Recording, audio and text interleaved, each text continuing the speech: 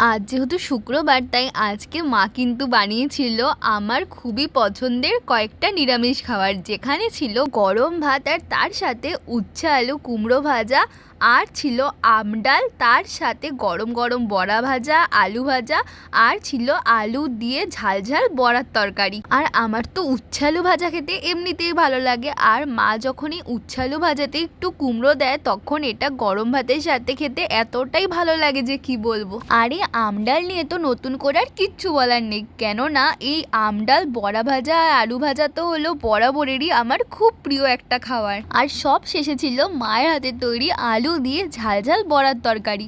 আর এই বড়ার তরকারিটা খেতে আমার এতটাই ভালো লাগে যে প্রায় বেশিরভাগ ভাতটা আমি এটা দিয়ে খেয়ে ফেলি, কিন্তু আজকে টক ডাল থাকার জন্য বেশিরভাগ ভাতটা এটা দিয়ে খেতেই পারলাম না। আর সব শেষে ছিল আমার আরেকটা প্রিয় জিনিস, মানে আমের চাটনি, তার সাথে পাঁপড় আর রসগোল্লা। আর আজকের লাঞ্চটা তো এভাবেই শেষ করলাম, আর তোমাদের সাথে দেখা হচ্ছে কিন্তু নেক্সট ভিডিওতে। টাটা।